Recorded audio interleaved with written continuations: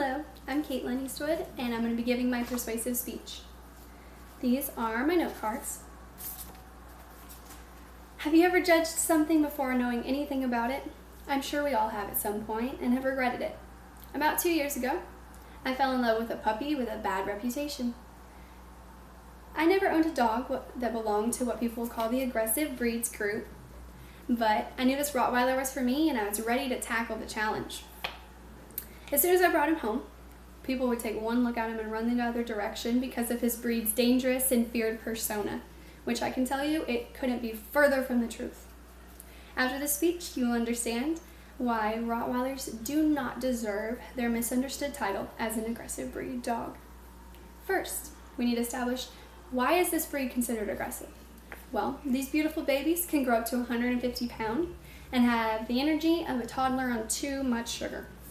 With this combo, I can see how Rotties are deemed aggressive and can seem dangerous and fearful, but it all has to do with ownership. This breed requires an intense amount of socialization and training while young to establish and build a good relationship with humans. They need to establish a good trust bond. Another reason that these poor babies are on the aggressive scale is they're used for the wrong things. There are animal abusers out there that use them for illegal activities as well as a status symbol and mistreat their dogs, which gives, of course, the Rottweiler community a bad rap, because as owners who are good and devoted to our dogs see the beauty that this breed really has and the potential to learn, not to use it for aggressive properties or purposes, I guess I should say. In an article by the manager of the SPCA in Ingrid said, "A man should not own a dog if it cannot take care of it. A dog only becomes what the man turns it into, regardless of the breed." Rottweilers continue to fall victim to abusers who do not use them for their full potential, but instead turn them into the monsters that they really aren't. For my first visual here, I have my dog's favorite treat, symbolizing that this is a very, very, very trainable and teachable breed, and they need to be trained very, very young and socialized into the world to establish a good relationship with us humans. When I first brought my baby Draco home, I'll admit it, I was nervous, but I was also really excited. I had never owned a dog that was going to be this big or had a bad reputation, but after 2 years now, my family and I agree that we could have not gotten a more perfect family dog. Like I said, this breed requires an intense amount of socialization and training, which we did. We spent hours upon hours one-on-one with him, so he got to know each member in our family as soon as he was introduced. Rottweilers can be amazing with children. I've experienced this in my own home with my own 2 boys, and I definitely recommend them as a family dog, as long as they are trained and adaptable to children having anything thrown at them or anything like that. Having a Rottweiler also opened my eyes to things like apartment restrictions or what dogs aren't allowed at the dog park.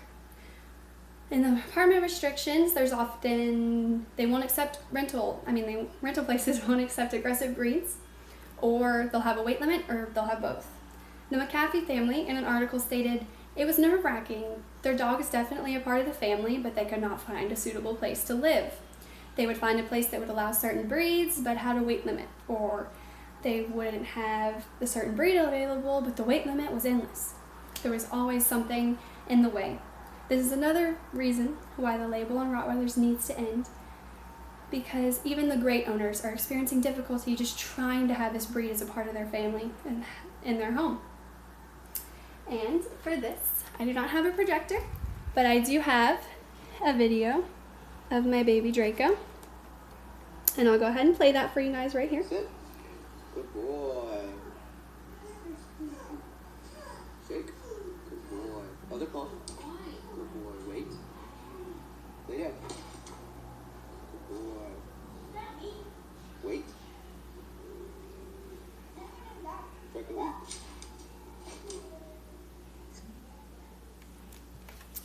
All right. As you can see, he is very trained, and Rottweilers are one of the most teachable breeds that you could possibly have. Lastly, I want to stress how misunderstood this breed really is. I have experienced nothing but affection, love, and honestly clinginess since I've had my Rottweiler. He is nothing but attached to my hip 24/7, ready to go. You gonna pet me here? You gonna pet me there? He's always ready to go. He lives to please, and he only wants to see a smile on our face. So, I know what you're probably thinking. If these dogs are like that, then why are they considered aggressive? It comes right back down to it. Bad ownership and abusers. The only reason this dog will know aggression is if you teach it. A dog only absorbs what it is taught and the environment it is in. So these Rottweilers, these poor fur babies, are falling victim because of their look and animal abusers who turn them into things that they clearly aren't. But Rottweilers are in the up and coming, and in an article by the American Kennel Club, the vice president, Wayne Kavanaugh, states that Rottweilers are the second most popular purebred in the United States and have become the guard dog in the moment. I'm very happy to see that people are starting to come around to these dogs and the beauty that they have, and urge people to give them another chance. Lastly, my last visual is my baby Draco's little fur baby here. He loves it, and he's so snuggly.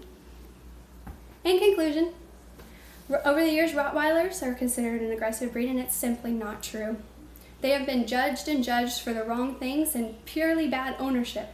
And I urge people to finally take a look at these fur babies for what they are: oversized teddy bears. Thank you.